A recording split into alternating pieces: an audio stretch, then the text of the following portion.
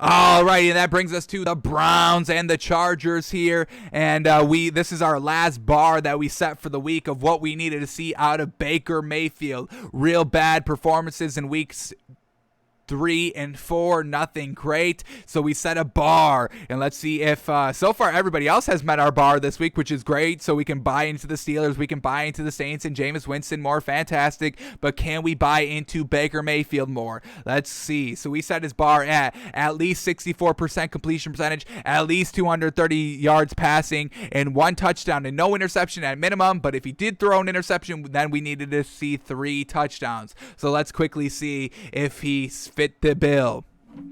So Baker Mayfield goes 23 of 32, which is officially 71% completion percentage. Now we're back. This is the Baker Mayfield we know. So check mark on the completion percent.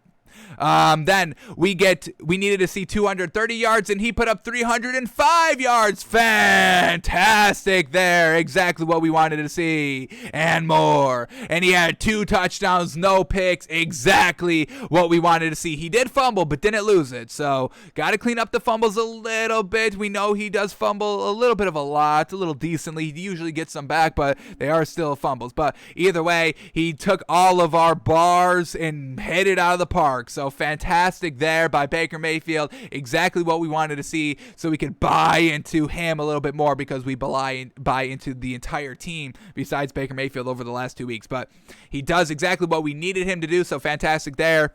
And then in this game, just an action-packed fourth quarter, folks. I mean, sheesh. They put up 41 points in totality, folks. In totality in the fourth quarter alone. 41 points alone in one quarter. That is absolutely bizarre.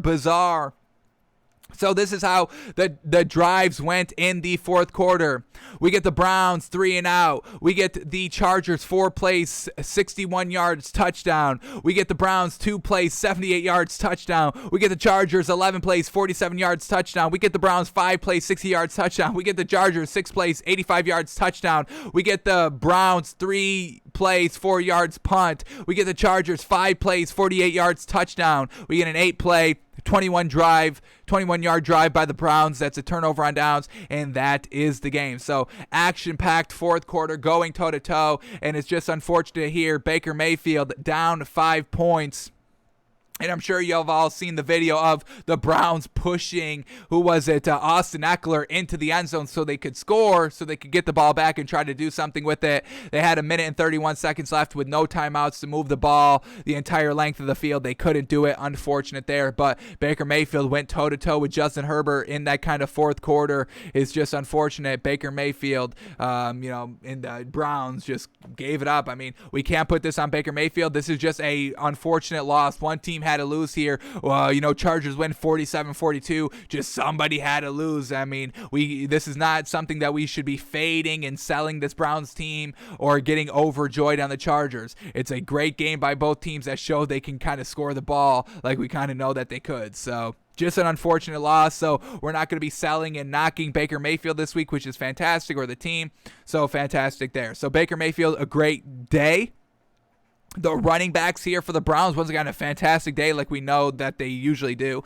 Running back by committee, Nick Chubb, 21 carries for 161 yards and a touchdown. And then Kareem Hunt, 12 carries for 61 yards and 2 touchdowns. So we know the running game always gets after it, and the passing game was the same.